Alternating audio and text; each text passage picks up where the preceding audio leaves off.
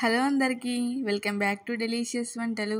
ఇవాల్టి వీడియోలో సేమియా కస్టర్డ్ పాయసం ఎలా చేయాలో చూపేయబోతున్నానండి. స్వీట్ తినాలనిపించిన, ప్రసాదంగా పెట్టాలన్నా ఒకసారిగా ట్రై చేయండి, చాలా బాగుంటుంది. ముందుగా ఒక ప్యాన్ తీసుకొని అందులోకి ఒక 2 టీ స్పూన్ల నెయ్యి యాడ్ చేసుకోండి. నెయ్యి లేకపోయినట్టయితే ఆయిల్ అయినా వేసుకోవచ్చు, కానీ నెయ్యి వేయడం వల్ల ఫ్లేవర్ చాలా బాగుంటుందండి. తర్వాత నెయ్యి కరిగిన తర్వాత అందులోకి డ్రై ఫ్రూట్స్ యాడ్ చేసుకోండి. డ్రై ఫ్రూట్స్ యాడ్ చేసుకున్న తర్వాత అవన్నిటిని మంచిగా లో ఫ్లేమ్లో మంచిగా వేపుకోండి. డ్రై ఫ్రూట్స్ని లో ఫ్లేమ్లో మంచి స్మెల్ వచ్చేదాకా వేపుకోండి. వేపుకున్న తర్వాత అందులోకి 1 కప్పు సేమియాని యాడ్ చేసుకోండి.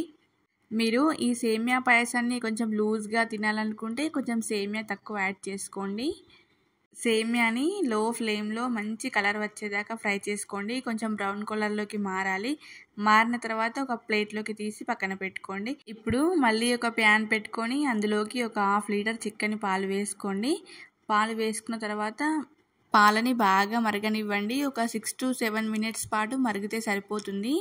పాలు మరుగుతుండగా ఇప్పుడు 1 కప్పు షుగర్ యాడ్ చేసుకోండి. షుగర్ ఇంతే వేసుకోవాలని ఏం లేదండి.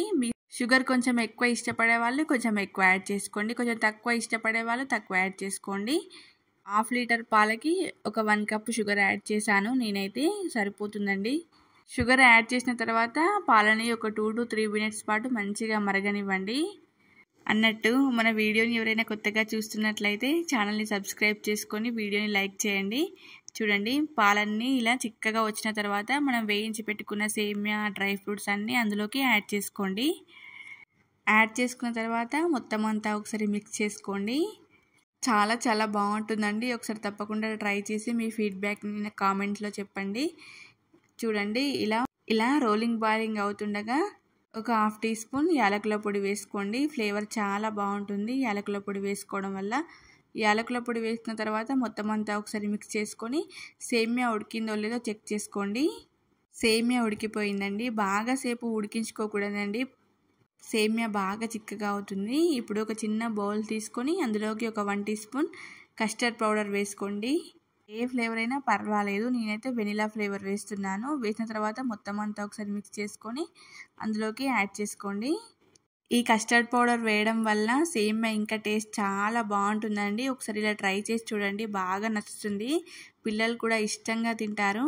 చూడండి, కస్టర్డ్ పౌడర్ వేసిన తర్వాత ఎక్కువసేపు ఉంచకూడదండి, కొంచెం ఇలా బుడగలు వచ్చేదాకా ఉంచితే సరిపోతుందండి.